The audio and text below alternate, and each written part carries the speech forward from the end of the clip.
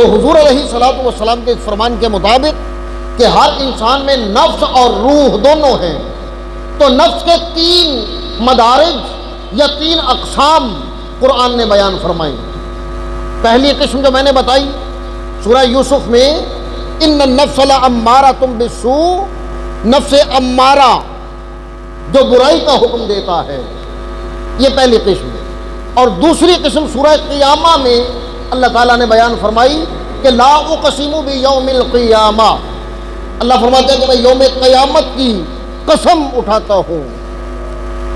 ولا اقسم بالنفس اللوامہ، اور میں نفس لوامہ کی قسم اٹھاتا ہوں۔ اللہ تعالیٰ نے قیامت کے دن کے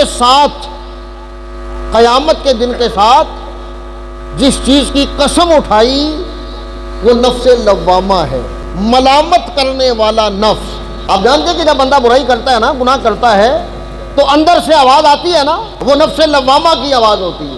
وہ اندر سے آواز آتی ہے کہ تجھے یہ نہیں کرنا چاہیے تھا، تو نے یہ اچھا نہیں کیا۔ اور نفس کا تیسرا درجہ، آخری درجہ، اللہ اکبر، وہ ہے نفوس قدسیہ کا نفس، یعنی پاک لوگوں کا نفس۔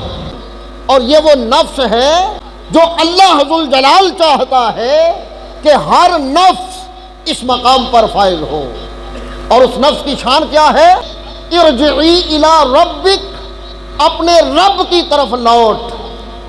اے نفس مطمئنہ، اپنے رب کی طرف لوٹ، راضیۃ مرضیہ، ایسی صورت میں کہ رب تجھ سے راضی ہو اور تو رب سے راضی ہو۔